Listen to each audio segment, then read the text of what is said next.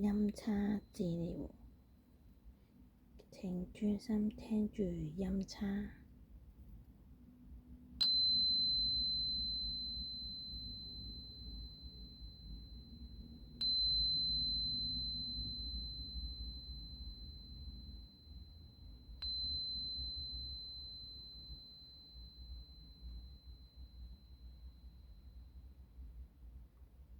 第一下音叉就吸，用鼻吸，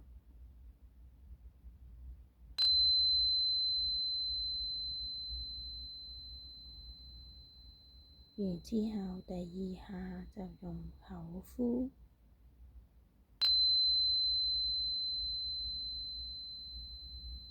再嚟多次，鼻吸，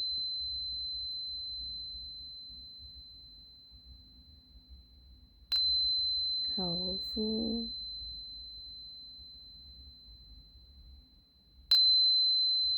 鼻吸，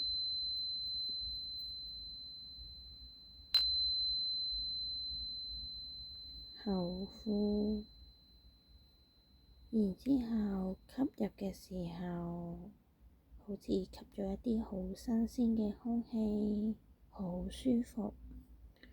呼嘅時候，呼晒你一啲唔開心嘅嘢出嚟。